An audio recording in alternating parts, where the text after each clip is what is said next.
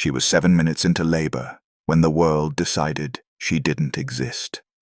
Naomi Brooks leaned against the brick wall outside Morgan's Pharmacy on Euclid Avenue in downtown Cleveland, her breath coming in ragged gasps, fingers trembling as another contraction ripped through her body. The October wind cut through her thin jacket, and she pressed one hand against her swollen belly, whispering apologies to a baby that hadn't even taken its first breath yet. Cars passed, a steady stream of afternoon traffic heading toward Public Square. People passed, businessmen in pressed suits, college students with headphones, a mother pulling her child away from the crazy lady. Someone stepped around her purse like it was garbage on the sidewalk. Naomi had been standing there for 23 minutes. Her phone had died an hour ago. Her Uber had cancelled when she couldn't update her pickup location fast enough. Her mother hadn't answered her calls in 3 weeks, not since Naomi had refused to give up that bastard baby and stop embarrassing the family. The baby's father, Marcus, had blocked her number after their last conversation. She could still hear his voice, cold and detached. "Don't ruin my life with your mistakes. I never wanted this." Another contraction hit, this one deeper, sharper, pulling a strangled gasp from her throat. Naomi bent forward, her vision swimming, her legs shaking. She was going to have this baby on a sidewalk in Cleveland, surrounded by strangers who had already decided she was invisible. When she finally sank to the pavement, her back against the cold brick, humiliation burned hotter than pain. "Please," she whispered to no one in particular. "I need help." A man in a business suit glanced at her, adjusted his Bluetooth earpiece, and kept walking. A woman with a designer handbag crossed the street to avoid her. 2 teenagers laughed as they passed, and one of them took a photo. Naomi closed her eyes against the tears. This wasn't how it was supposed to happen. She'd had a plan, a hospital bag, a birth plan printed out from the internet, a list of emergency contacts who had all, one by one, decided she didn't matter. That's when she saw him. A man standing across Euclid Avenue beside a black Mercedes sedan, hands in his coat pockets. Expression distant. Not judging, not staring, just present. He was black, well-dressed in a tailored navy suit. His face partially shadowed by the afternoon sun. He wasn't looking at his phone. He wasn't rushing past. He was just standing there, as if the chaos of downtown Cleveland had paused around him. Their eyes met across the street. Naomi hated herself for what she was about to do, hated the desperation in her voice, the way her dignity had crumbled to nothing in the space of half an hour. "Sir," she croaked, her voice barely carrying over the traffic. "Please, I need help." For a moment, he didn't move. Naomi's heart sank. Of course. Why would this stranger be any different? Why would anyone? He crossed the street. Not rushing, not filming her for social media clout, not asking questions that didn't matter.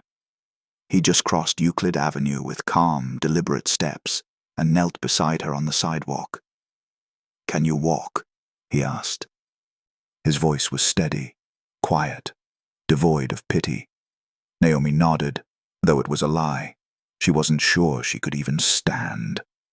He helped her to her feet with surprising gentleness, supporting her weight like she was made of something precious rather than something broken. "Hospital?" he asked. "Metro Health," she managed. I know where it is."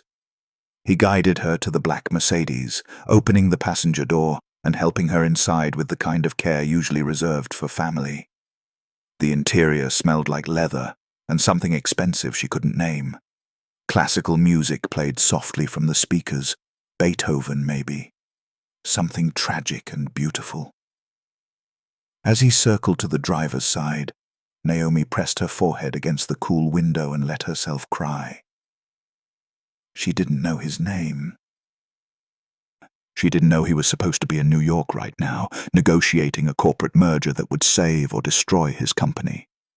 She didn't know his only son had died 3 weeks earlier in a car accident on I-90. She didn't know the world knew his face, his fortune, his failures. All she knew was that for the first time that day, that week, that month, someone had seen her. Someone had stopped. The contractions were coming every 4 minutes now. Naomi gripped the door handle as another wave of pain crashed through her body.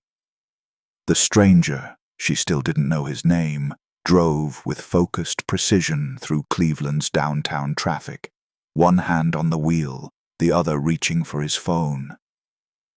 "This is Daniel Rothman," he said into the phone, his voice commanding but not harsh. "I'm bringing a woman in active labor to Metro Health Emergency. ETA 12 minutes. She needs immediate triage." He rattled off information she barely remembered telling him. Her name, her due date, that this was her first child. How did he know all that? Had she said it on the sidewalk? Everything before getting in this car felt like a fever dream. "How far apart are the contractions?" he asked, sliding the phone back into his jacket pocket. 4. "Maybe 3 minutes," Naomi gasped. He nodded, accelerating through a yellow light at East 30th. "We'll make it." The certainty in his voice was almost offensive. How could he be so calm? How could anyone be calm when her entire world was tearing apart from the inside?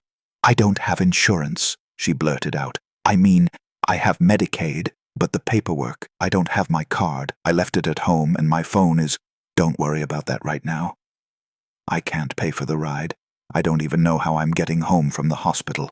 My apartment is in Lakewood, and I don't—" "Naomi." He said her name like he'd known her for years. "Breathe, one thing at a time." She wanted to argue, wanted to explain that there was no one thing at a time when you were 24, pregnant and completely alone, when your family had disowned you, when your baby's father had called you a mistake, when the world had walked past you on a sidewalk like you were already dead. But another contraction hit, and all she could do was squeeze her eyes shut and count. 1, 2, 3, 4, 5, the way the pregnancy app had taught her.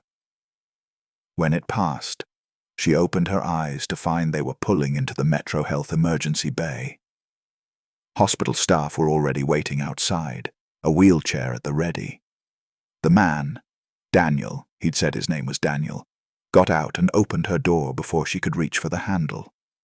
A nurse rushed forward, and suddenly Naomi was being transferred to the wheelchair, vitals being checked, questions being asked in rapid succession.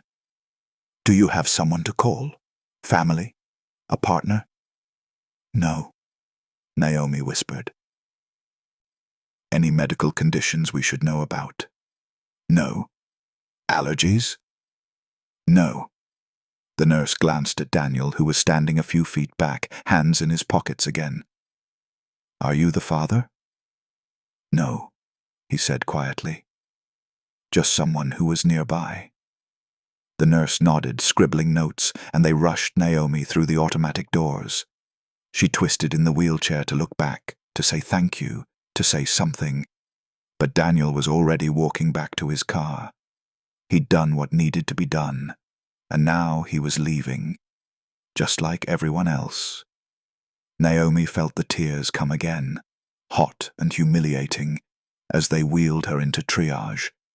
Of course he was leaving. Why would he stay? He didn't know her, didn't owe her anything. He'd already done more than anyone else had, but still, it hurt to watch him go. "Okay, Naomi." "We need you to focus," the nurse said, parking the wheelchair near a triage bed. "Let's get you changed and checked. Your baby's coming soon." Naomi nodded numbly and let them help her onto the bed. The ceiling tiles above her were stained and yellowed. The fluorescent lights buzzed. Somewhere down the hall, someone was screaming. This was it. This was how she'd bring her daughter into the world, alone. in a Cleveland emergency room surrounded by strangers who would forget her name the moment their shift ended. The curtain pulled back, and the nurse returned with a blood pressure cuff and a fetal monitor. Behind her, standing in the doorway, was Daniel. He hadn't left. He was holding a small duffel bag she recognized as her own, the one she'd dropped on the sidewalk outside Morgan's pharmacy. "You forgot this," he said simply. The nurse took the bag and set it on a chair. "Are you staying?" Daniel looked at Naomi. Really looked at her, with eyes that held something she couldn't name. Not pity, not obligation. Something quieter, something heavier. "If that's all right with her," he said. Naomi couldn't speak, couldn't explain why this stranger's presence mattered, why the idea of him leaving made her chest tighten with panic, so she just nodded. "Okay," the nurse said, already moving on to the next task. "Let's check your dilation." Daniel stepped back, giving her privacy, but he didn't leave. He stood near the curtain with his hands in his pockets and his eyes on the floor, a silent witness to the most terrifying moment of Naomi's life. And for reasons she couldn't explain, that made all the difference. 6 hours later, Naomi held her daughter for the first time. The baby was impossibly small, impossibly perfect, with dark curls and her father's nose and lungs that worked just fine, thank you very much. She'd come into the world screaming, and Naomi had laughed through her tears because at least one of them knew how to demand attention. "She's beautiful," the delivery nurse said, placing the baby on Naomi's chest. "Have you chosen a name?" "Zara," Naomi whispered. "Zara Michelle Brooks." Zara. It meant princess and blooming flower. Naomi had chosen it months ago, back when she still believed Marcus might come around, back when she thought her mother might eventually forgive her, back when she thought she wouldn't have to do this alone. Now, holding her daughter in a hospital room that smelled like antiseptic and exhaustion, the name felt like a promise, a declaration. Zara would bloom. Zara would be royalty, even if Naomi had to break herself into pieces to make it happen. A soft knock on the door pulled her attention away from her daughter's face. Daniel stood in the doorway, still in his suit, though he'd loosened his tie at some point during the night. He looked tired, not physically. He held himself with the same quiet steadiness he'd had on Euclid Avenue, but there was something in his eyes, something haunted. "I wanted to make sure you were all right before I left," he said. Left, of course. Why had she thought he might stay longer? "We're okay," Naomi said, adjusting Zara in her arms. "Thank you for everything. I don't know what I would have done if you hadn't." "You would have managed," Daniel said simply. "You're stronger than you think." The certainty in his voice irritated her again. That same presumption that had bothered her in the car. How would he know? How could he possibly know what she was capable of? But she was too tired to argue, too overwhelmed to do anything but nod and whisper another inadequate, "Thank you." Daniel stepped further into the room, and for the first time, she noticed how expensive everything about him was. The suit probably cost more than her rent. The watch on his wrist gleamed, even in the dim hospital lighting. His shoes were polished to a mirror shine. What was a man like that doing on Euclid Avenue on a Tuesday afternoon? Why had he been standing there at all? "Can I ask you something?" Naomi said before she could stop herself. "Of course." "Why did you stop? Everyone else just walked past." "But you stopped. Why?" Daniel was quiet for a long moment. He looked at Zara, then at Naomi, then at something beyond the hospital window that neither of them could see. "Because no one should be invisible," he said finally, "especially not when they're asking for help." It was a politician's answer, neat, careful, true, but not complete. Naomi wanted to push, to ask what he wasn't saying, but Zara made a small sound, something between a sigh and a whimper, and all other thoughts dissolved. "I should let you rest," Daniel said, moving toward the door. "The hospital has your information. If you need anything, transportation home, supplies for the baby, tell the nurses. It's already arranged." "Wait. I can't accept." "It's already done," he said, his tone leaving no room for argument. "Take care of yourself, Naomi. Take care of Zara." And then he was gone. Just like that. No last name, no contact information, just a man named Daniel, who had appeared when she needed him most and disappeared before she could properly thank him. Naomi looked down at her daughter, who had fallen asleep against her chest, tiny fist curled near her mouth. "Well, Zara," she whispered, "at least one good thing happened today." Outside, in the hospital parking lot, Daniel Rothman sat in his Mercedes and let his hands shake. He'd held it together through the entire ordeal, through the drive, through the triage, through the long hours of labor that had dragged into night. He'd held it together because that's what you did when someone needed you. You became steady. You became strong. But now, alone in his car, he let himself fracture. 3 weeks. It had been 3 weeks since he'd buried his son. 3 weeks since the call from the highway patrol. Since the words "fatal accident" and "died on impact" had shattered his world into pieces he didn't know how to reassemble. 3 weeks since he'd held his child, his only child, his brilliant, troubled, beautiful boy, and felt warmth instead of cold. Adrian had been 26, a musician, a dreamer, someone who'd never quite fit into the Rothman legacy of boardrooms and balance sheets, someone Daniel had loved fiercely and failed completely. The last words they'd exchanged had been an argument about money, about responsibility, about Adrian's reckless lifestyle and wasted potential. "You don't see me, Dad," Adrian had said. "You've never seen me, just the disappointment." 3 days later, Adrian was dead. Daniel had been scheduled to fly to New York tonight. His company, Rothman Holdings, was in crisis, teetering on the edge of a hostile takeover.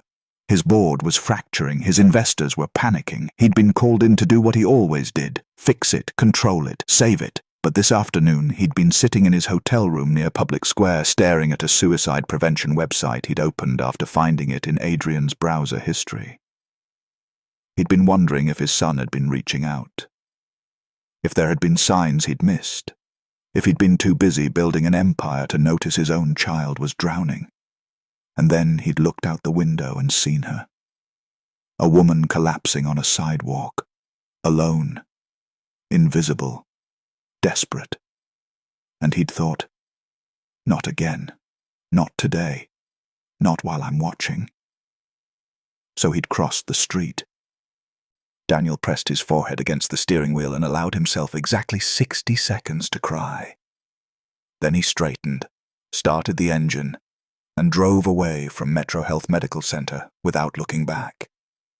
He would never see Naomi Brooks again. Or so he thought. Naomi was discharged from the hospital 2 days later with a folder full of paperwork she didn't understand, a car seat provided by the hospital's charity program, and a bag of formula samples she prayed would last until her WIC benefits kicked in. The Uber driver who picked them up didn't speak to her. He just pointed at the no food or drink sign when Zara started crying, as if a newborn baby should know better than to be hungry. Her apartment in Lakewood was exactly as she'd left it, small, cold, and empty, a one-bedroom on the second floor of a building that smelled like cigarettes and defeated dreams. The heat had been turned off. She'd missed a payment last month, and the refrigerator held nothing but condiments and a carton of expired milk. Naomi stood in the middle of her living room, holding Zara, and tried not to panic. She had $47 in her checking account. Her next paycheck from the call center wasn't due for another week, assuming they hadn't fired her for missing work. Her phone was cracked and barely holding a charge. Her winter coat had a broken zipper, and she had a newborn who needed everything. "We're going to be okay," Naomi whispered to Zara, who was mercifully asleep in her arms. "We're going to figure this out." She placed Zara carefully in the makeshift bassinet she'd created from a laundry basket and blankets, then collapsed onto her thrift store couch and closed her eyes. The TV was still on from days ago. She'd left it running for company before going into labor. Some news program was playing, the anchor's voice distant and professional. Rothman Holdings continues to face pressure from investors following the death of CEO Adrian Rothman's son 3 weeks ago. Naomi's eyes snapped open. Sources say Daniel Rothman has been in Cleveland this week, avoiding calls from his board and missing crucial meetings in New York. The screen showed a photo of a man in a business suit standing outside a corporate building, hand raised to block the cameras. Naomi's heart stopped. It was him. The man from Euclid Avenue. The man who'd driven her to the hospital. The man who'd stayed through her labor and asked for nothing in return. Rothman, whose net worth is estimated at $4.7 billion, inherited the company from his father and built it into one of the most successful real estate and investment firms in the country. But recent losses have shareholders concerned. $4.7 billion. Naomi stared at the screen, her mind reeling. The man who'd helped her off a sidewalk was one of the richest people in America. The man who'd quietly arranged for her hospital bills to be paid was someone whose face appeared in Forbes and the Wall Street Journal. Adrian Rothman, Daniel's only son, died in a single car accident on October 3rd. Police reports indicate speed may have been a factor, though no other vehicles were involved. Daniel Rothman has not made a public statement about the tragedy. The photo changed. Now it showed a younger man, mid-20s, with kind eyes and an uncertain smile. He was holding a guitar in what looked like a small music venue. Adrian Rothman, Daniel's son, the son he'd lost 3 weeks ago.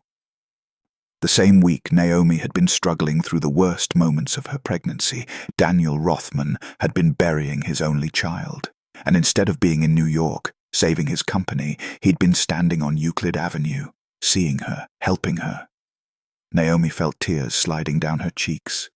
She wasn't sure why she was crying, grief for a man she didn't know, gratitude for a kindness she'd never be able to repay, or simple exhaustion from a world that took and took and took until you had nothing left. On screen, the anchor continued. Rothman's absence from New York has fueled speculation about the company's future. Some analysts predict a takeover bid as early as next week. Naomi turned off the TV. She didn't want to think about billion-dollar companies or corporate takeovers or men with more money than she could imagine.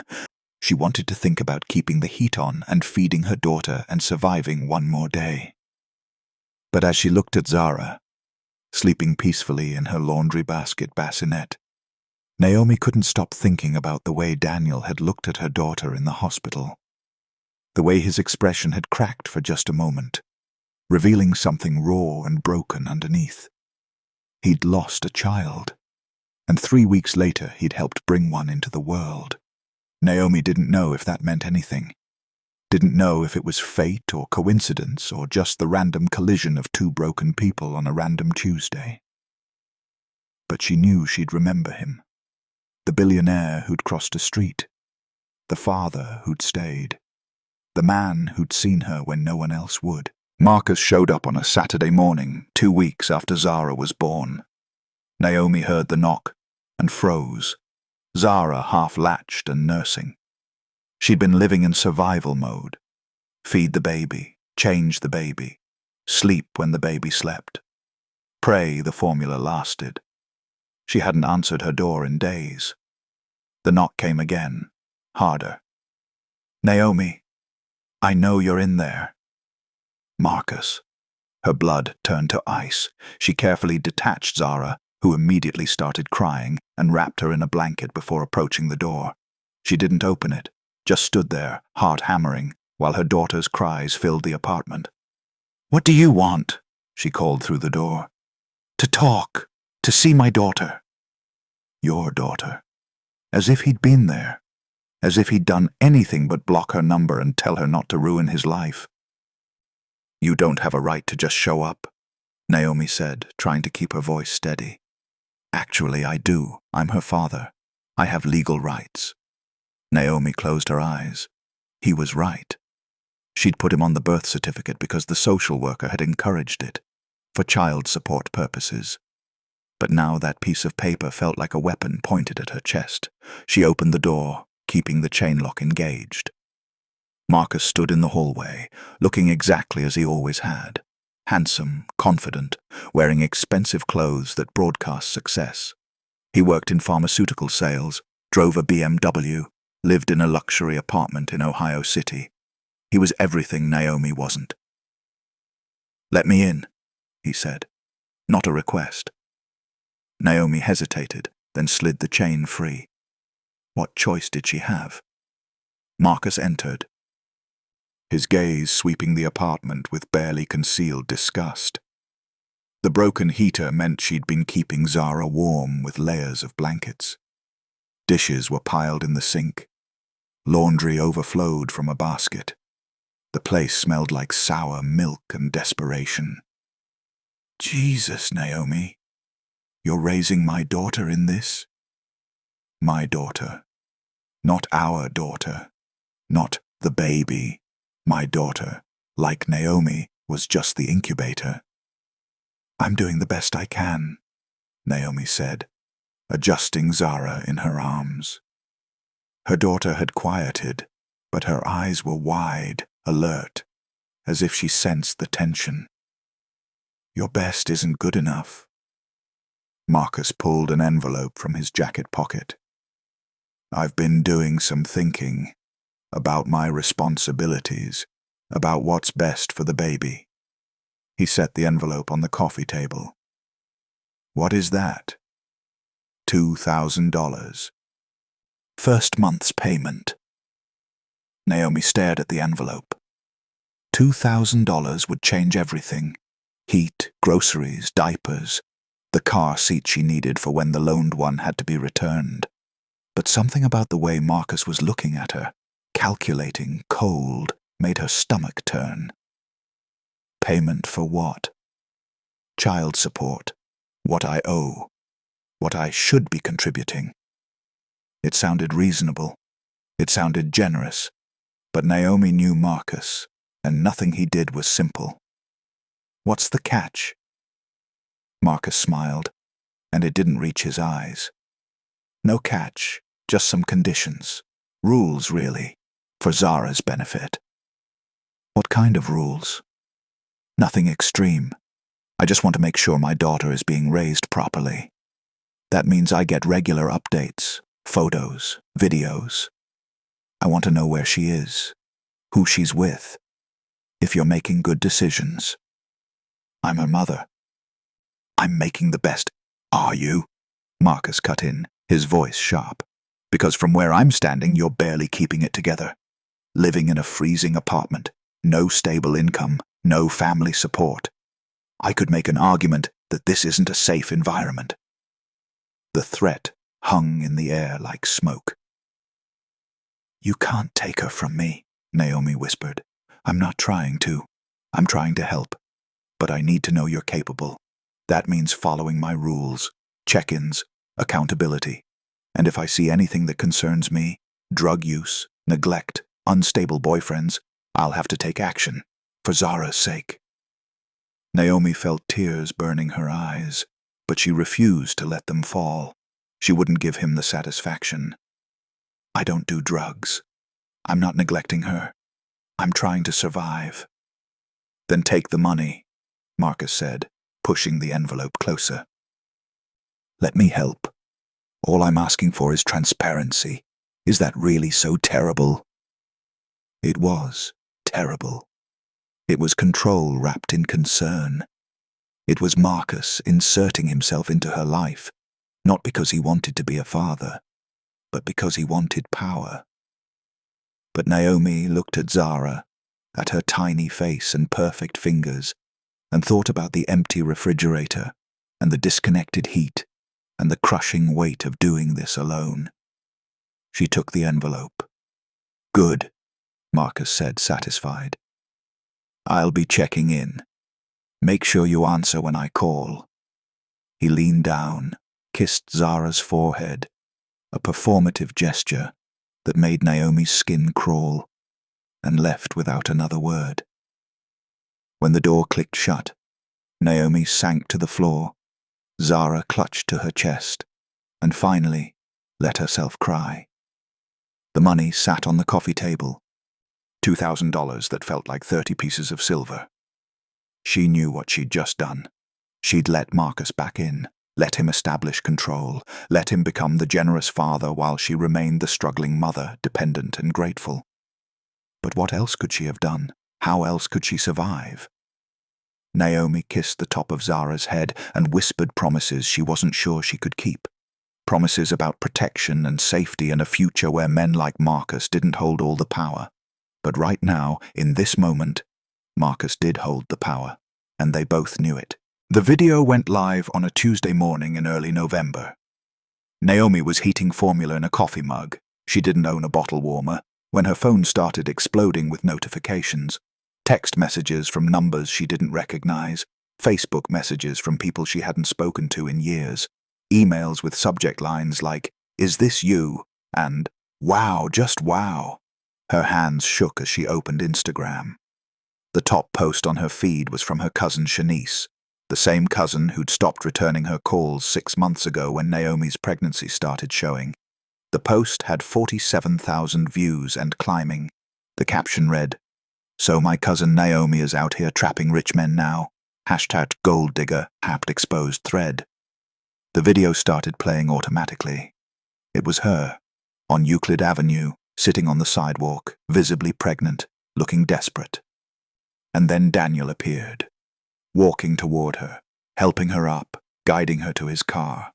But the video had been edited, trimmed. The parts where she'd been in labor, where people had walked past her, where she'd whispered, "Please, I need help." All of that was gone. What remained looked like a setup, like she'd been sitting there waiting for a wealthy man to walk by, like she'd planned it. The next clip showed Daniel's car pulling away from Metro Health 2 days later, then a screenshot of a news article. Billionaire Daniel Rothman missing key meetings, spotted in Cleveland. Then photos of Naomi leaving the hospital with Zara, taken from a distance with a telephoto lens. The final text overlay read, "How to finesse a billionaire. Step 1, fake being in labor. Step 2, get him to pay your hospital bills. Step 3, baby trap." This is why men can't even be nice anymore. Naomi's vision blurred. She could barely breathe. The comments section was already a war zone. "This is disgusting." She saw a rich man and saw dollar signs. He was trying to be a good person and she used him. "This is why I don't help people anymore. Everyone's running a scam." Someone should report her to CPS. Using a baby as a pawn? There were a few defenders, people pointing out that the video was edited, that there was no proof of ulterior motives, but they were drowned out by the mob. Naomi's phone rang. Her mother. She almost didn't answer. But some small, desperate part of her hoped maybe this would be the moment her mother finally showed up, finally defended her, finally acted like a mother should. "Hi, Mom. What the hell did you do?" Her mother's voice was ice. "Do you know your face is all over the internet? Do you know people are calling me, asking me about my scammer daughter?" "Mom, I didn't. It's not what it looks like. I was actually in labor. I wasn't faking. I needed help and no one would—" "You embarrassed this family. Again. First getting pregnant by some man who wanted nothing to do with you, and now this? Chasing after billionaires?" "I wasn't chasing anyone. I was dying on a sidewalk and he stopped. He was kind. That's all that happened." "That's not what the video shows." "Because it's edited, Mom. Shanice cut out everything that—" "Wait. How did Shanice even get that video? Silence on the other end of the line. Mom? Shanice saw you on the news, with that Rothman man. She thought people should know the truth. What truth? That I was in labor and someone helped me? How is that a crime? You know how this looks, Naomi. You know what people are going to think. I know what you think, Naomi said, her voice breaking. You think I'm an embarrassment. You've thought that since the day I told you I was pregnant. You made choices. I made one choice, Mom. I chose to keep my baby. And ever since then, you've acted like I'm dead. You wouldn't answer my calls. You wouldn't help me. I almost gave birth on a sidewalk because I had no one. Don't you dare blame me for your... Naomi hung up. Her hands were shaking so badly she could barely hold the phone. Zara was crying in her bouncy seat. She'd been crying through the entire conversation, and Naomi felt like she was underwater, drowning, unable to breathe or think or function. She picked up Zara and tried to feed her, but her daughter was too upset, arching her back and wailing. The formula had gone cold in the coffee mug.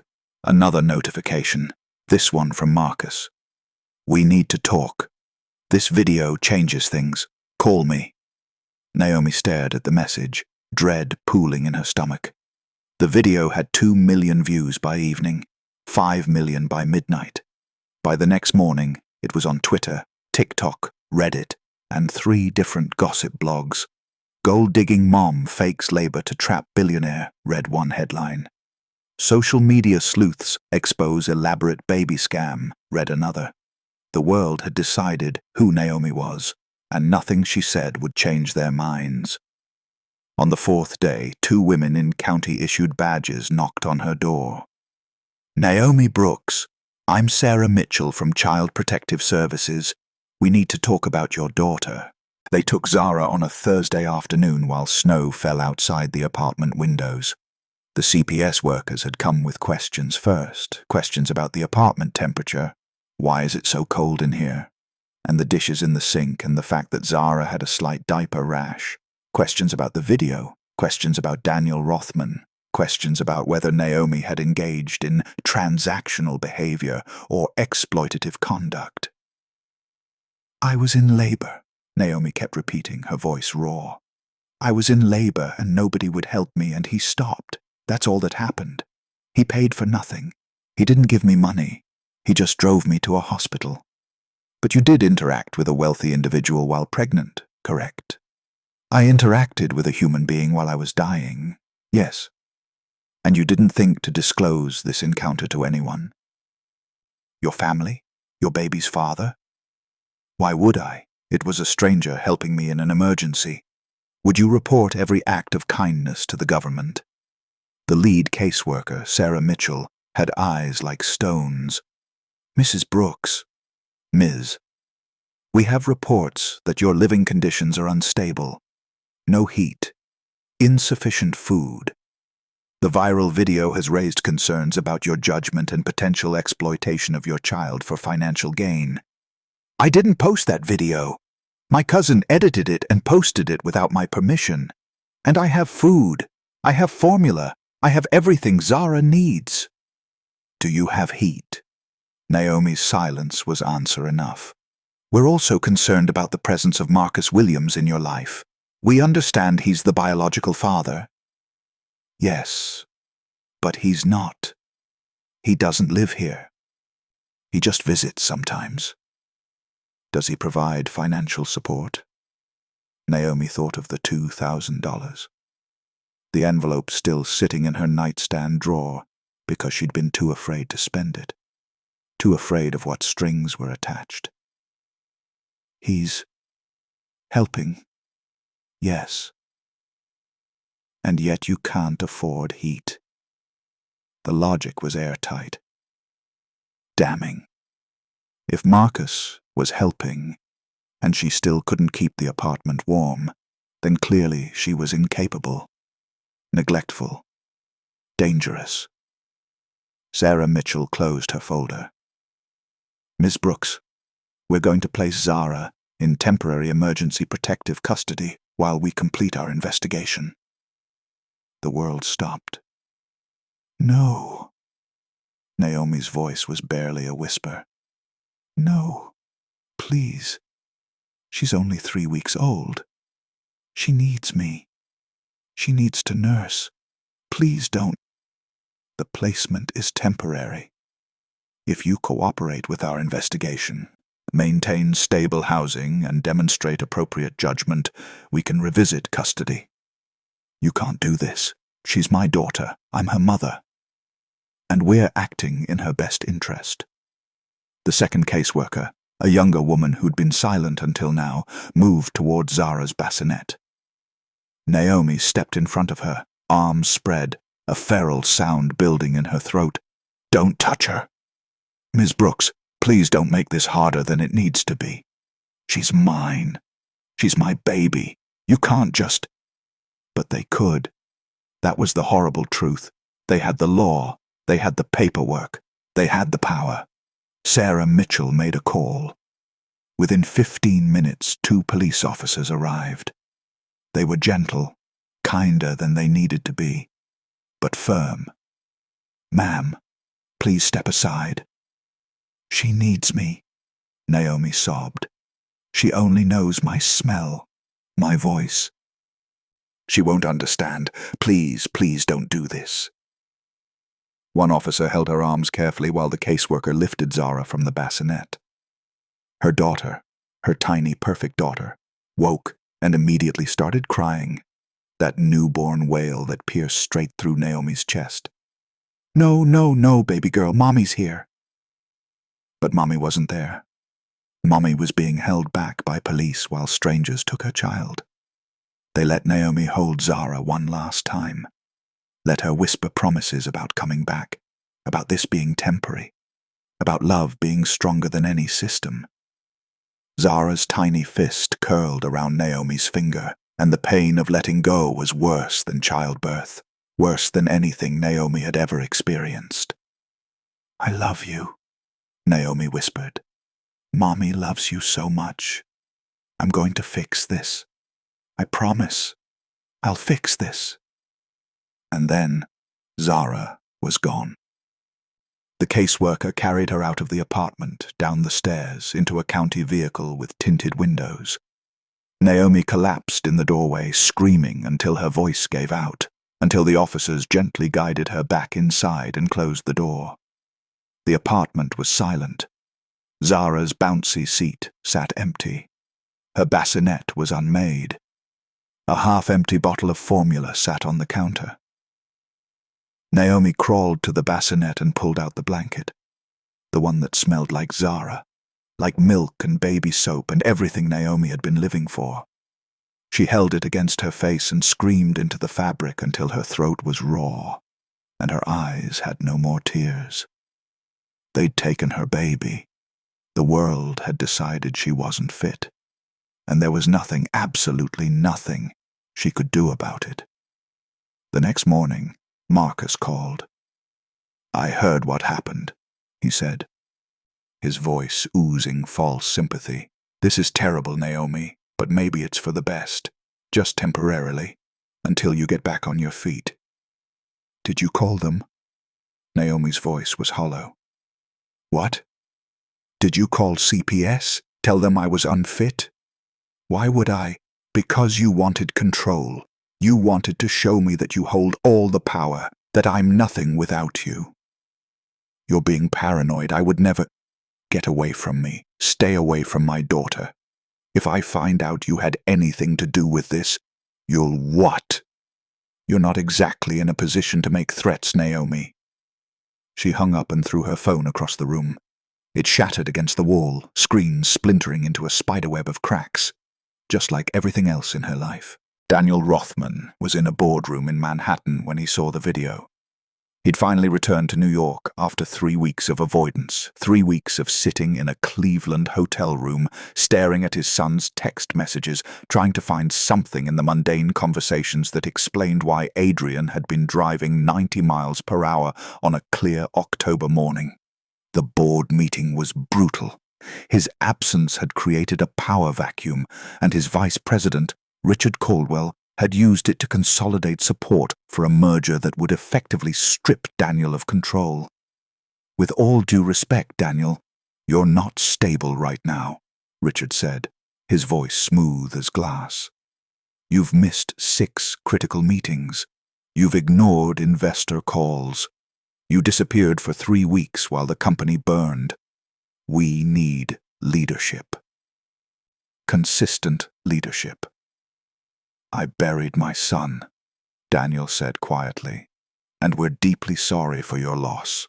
But Rothman Holdings has 12,000 employees depending on us. We can't let personal tragedy derail the entire operation."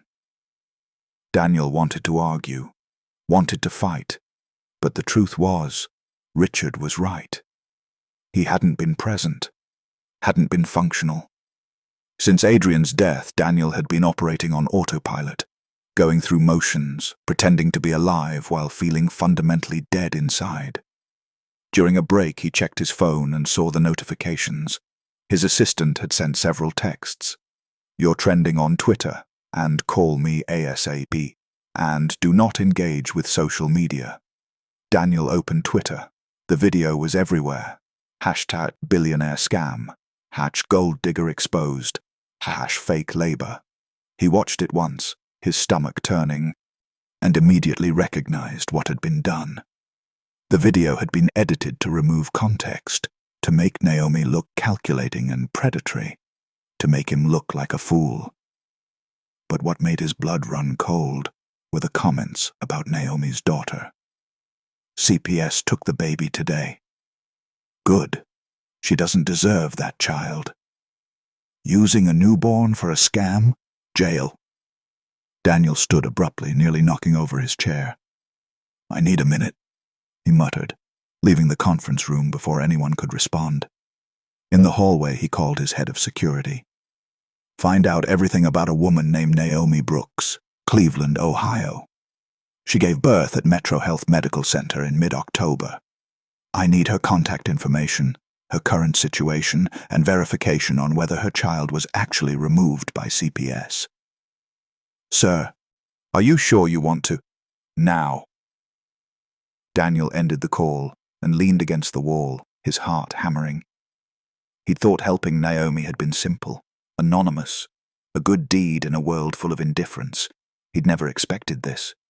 Never expected her life to explode because of one edited video. Never expected a newborn to be taken from her mother because the internet had decided Naomi was a villain. His phone rang. It was Richard. "Daniel, we need you back in the room. The vote is happening." "What vote?" "On your removal as CEO.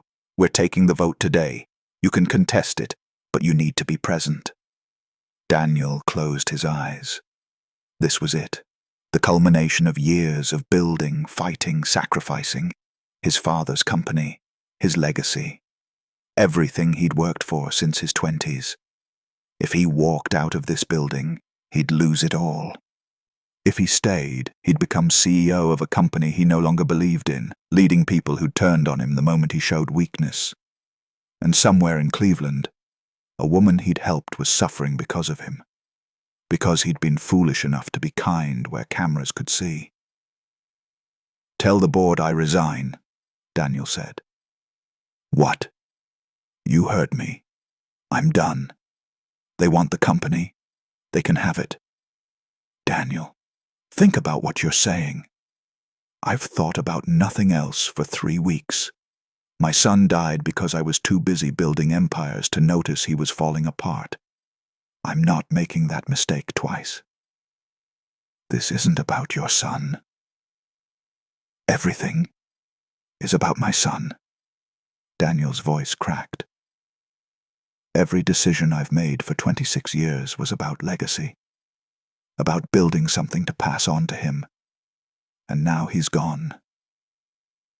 and all I have is this company that eats people alive and spits out shells. So tell them I'm out. They win." He hung up before Richard could respond. For a moment, Daniel just stood there, breathing hard, feeling the weight of his decision settle over him like a shroud. Then he called his lawyer. "I need you to do something for me. It's urgent, it's going to be expensive, and it's probably going to ruin what's left of my reputation." "What do you need?" "I need to help someone, quietly, effectively, and I need to make sure the people who hurt her pay for it." There was a pause. Then, "I'll clear my schedule." Daniel walked out of the building, past security, past the marble lobby, past the life he'd built for a son who would never inherit it, and into the cold November air. He was done playing by the rules. It was time to break some. The lawyer showed up at Naomi's apartment on a Monday morning with documents, evidence, and a fury Naomi hadn't known existed in corporate attorneys. Her name was Rebecca Torres, and she worked for one of Manhattan's most expensive law firms. She wore a suit that probably cost more than Naomi's car had been worth before it died, and she spoke with the kind of precision that suggested she won every argument she entered. "Ms. Brooks, my client has asked me to represent you in several matters. First, the immediate return of your daughter from CPS custody. Second, defamation charges against your cousin Shanice Miller and any other parties who distributed the edited video. Third, harassment charges against Marcus Williams if evidence supports it." Naomi, who'd been living on 3 hours of sleep and despair for 5 days, could barely process the words. "Who's your client?" "Daniel Rothman." The name hit her like a physical blow. "He hired you?" "He did. And before you argue, he's not asking for anything in return. No publicity, no repayment, no gratitude. He simply wants to correct an injustice." "But I don't understand. Why would he?" "Because he watched what happened to you, and he decided it was wrong. And my client has resources to fight this. You don't. It's that simple." Rebecca set a folder on the coffee table. "Now, I need you to walk me through everything, starting with the day you went into labor." Naomi told her everything. The contractions on Euclid Avenue, the way people had walked past, Daniel stopping, the hospital, the video, Marcus's threats, CPS taking Zara while she screamed. Rebecca took notes with the focused intensity of someone building a case. "Your cousin edited that video. Do you know if she did it alone?" "I don't know. We'll find out. I have digital forensic experts who can trace the source footage and determine if anyone else was involved. If your cousin was paid or incentivized by a third party, say Marcus Williams, that becomes conspiracy." "Marcus wouldn't, Naomi stopped. Would he? Would Marcus engineer something this cruel just to gain leverage?" "I've seen worse," Rebecca said quietly. "Much worse." Over the next week, Rebecca Torres went to war. She filed an emergency motion to return Zara to Naomi's custody, complete with affidavits from Naomi's former employer, her landlord, and 3 neighbors who testified that Naomi was a devoted mother dealing with poverty, not neglect. She hired a forensic video analyst who proved the viral video had been edited on Shanice's laptop, with over 14 minutes of footage removed to change the narrative. She subpoenaed Marcus Williams' phone records and discovered he'd been in contact with Shanice 2 days before the video went viral. Text messages included, "She needs to learn her place," and "Sometimes people need a reality check." Rebecca filed harassment charges against Marcus and defamation charges against Shanice, and then she held a press conference. Naomi stood beside her, wearing clothes Rebecca's assistant had bought her because everything Naomi owned was stained or falling apart, and faced a room full of cameras. "My name is Naomi Brooks," she said, reading from notes Rebecca had helped her prepare. On October 15th, I went into labor on a sidewalk in Cleveland. I was ignored by dozens of people. I was in pain, terrified, and completely alone. A man named Daniel Rothman stopped to help me. He drove me to the hospital and made sure I was safe. That's all that happened. There was no scheme, no setup, no manipulation, just one human being helping another. A reporter shouted, "What about the video?" The video was edited by my cousin without my consent. She removed all context to make it look like something it wasn't. She hurt me. She hurt my daughter, and she hurt Mr. Rothman, all for social media attention. "Where's your daughter now?" Naomi's voice broke. "She was taken by CPS 5 days ago. I'm fighting to get her back, and I won't stop fighting until she's home." Rebecca stepped forward. "We have evidence that Ms. Brooks is a victim of coordinated harassment by her child's father, Marcus Williams, and her cousin, Shanice Miller. We believe Mr. Williams may have incentivized the creation and distribution of the edited video to gain custody leverage. We've filed charges and will pursue this aggressively." The story exploded again, but this time the narrative had shifted. Mother speaks out after daughter taken over viral video hoax. Billionaire Daniel Rothman hires legal team to fight for wrongly accused mom. Edited video led to baby's removal inside the social media nightmare. Public opinion turned on a dime. Shanice deleted her accounts. Marcus hired his own lawyer. And 2 days later, a judge ordered Zara's immediate return to Naomi's custody, citing insufficient evidence of neglect or abuse. Naomi held her daughter for the first time in 8 days and sobbed so hard she couldn't breathe. Zara smelled different, wrong, like unfamiliar detergent in someone else's home, but she was here, alive, safe. "Thank you," Naomi whispered to Rebecca, who stood near the door with her arms crossed. "I don't know how to thank you, or him, or you don't need to thank anyone. You deserved this, your daughter deserved this, and now you have a chance to rebuild." Rebecca handed her another envelope, thicker this time. "What's this?" "A settlement. Marcus Williams has agreed to relinquish all parental rights in exchange for no jail time on the harassment charges. He won't contact you or Zara again. Ever." Naomi stared at the papers, her hands shaking. "He's just giving up?" "He's cornered. His employer found out about the harassment case and put him on leave. His girlfriend, yes, he has one, found out about Zara and left him. He's losing everything, so yes, he's giving up." It felt too easy, too clean. Men like Marcus didn't just walk away. But Rebecca's expression was granite. "He signed. It's done. You're free of him." Naomi looked down at Zara, who was sleeping against her chest, tiny fist curled near her mouth. Free. The word felt impossible. But for the first time in months, Naomi let herself believe it might be true. 3 weeks later, Naomi sat in a coffee shop in Cleveland's Gordon Square Arts District, Zara sleeping in a carrier strapped to her chest. She'd found a new apartment, still small, still imperfect, but warm and safe, and hers. Rebecca had helped her apply for emergency housing assistance and connected her with a non-profit that provided legal aid and job placement for single mothers. Naomi had an interview next week for a remote customer service position that offered benefits and flexible hours.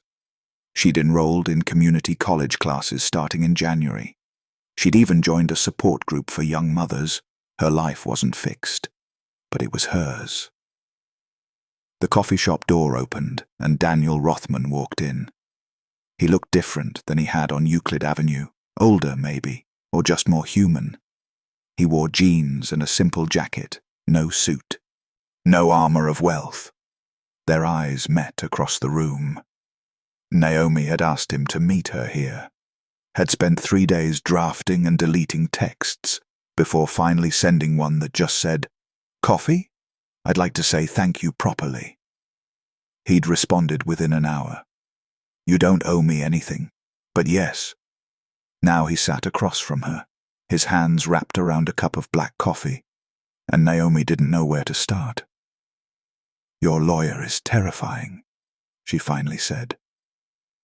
Daniel smiled. A real smile. The first she'd seen from him. She is. That's why I keep her around. She saved my life. You saved my life. I don't know how to. You were drowning, and people walked past. I just didn't walk past. That's not heroic. That's basic humanity. Most people don't have basic humanity. No, Daniel agreed quietly. They don't. They sat in silence for a moment. Zara stirred against Naomi's chest, making small sounds but not waking. I saw the news, Naomi said. About your company. About you stepping down. Daniel shrugged. It was time. I'd been holding on for the wrong reasons. Was I one of those reasons? Did helping me cost you? No. His voice was firm. Helping you reminded me who I wanted to be. The company. That was something I should have walked away from years ago. My son tried to tell me that. I just didn't listen. Naomi heard the grief in his voice, raw and unhealed. I'm sorry about your son. I'm sorry about yours, Daniel said, looking at Zara. What you went through, what they tried to take from you. But they didn't, because you stopped them. No, because you fought. I just made sure you had weapons. Naomi felt tears threatening and blinked them back. She'd cried enough. She was done being the woman who broke down in public. What are you going to do now? She asked. Without the company? I don't know yet. Figure out who I am without it. Maybe help people. More intentionally this time. Is that why you helped me? Because you're trying to be a better person? No, Daniel said honestly. I helped you because you asked. And because walking past you felt like dying. The truth of that statement settled between them. Heavy, uncomfortable, necessary.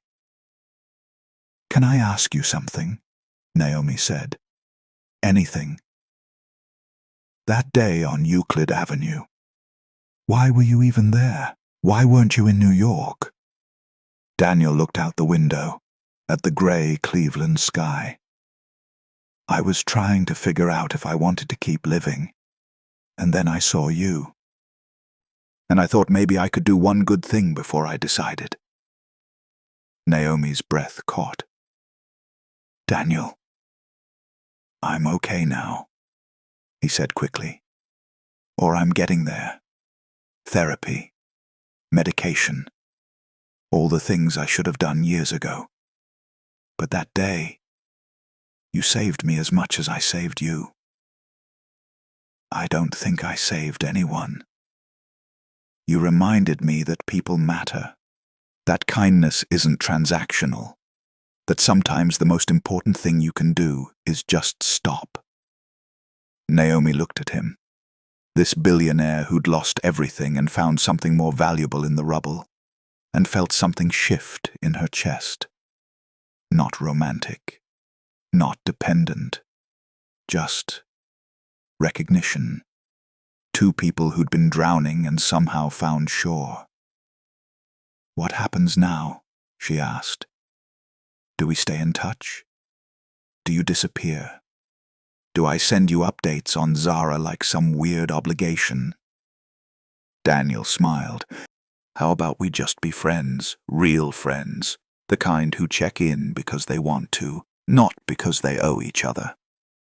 I don't think I've ever been friends with a billionaire. Former billionaire.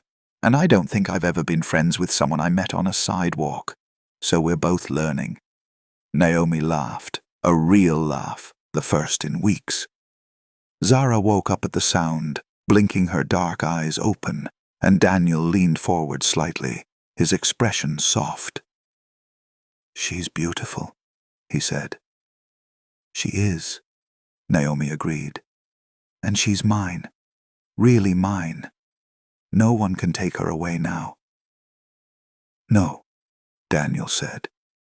"They can't." They finished their coffee, talking about nothing and everything. Cleveland winters, good books, the strangeness of starting over in your 20s versus your 50s. When they finally stood to leave, Naomi hesitated.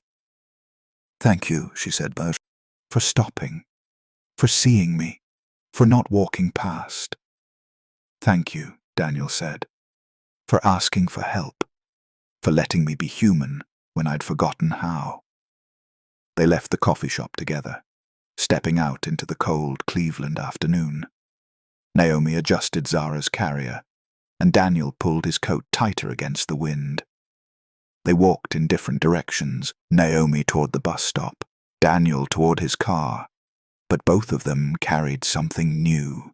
Not salvation, not redemption, just the quiet knowledge that sometimes one moment of kindness can change everything. That sometimes the bravest thing you can do is stop, and that sometimes being seen is the first step toward learning to stand. The end.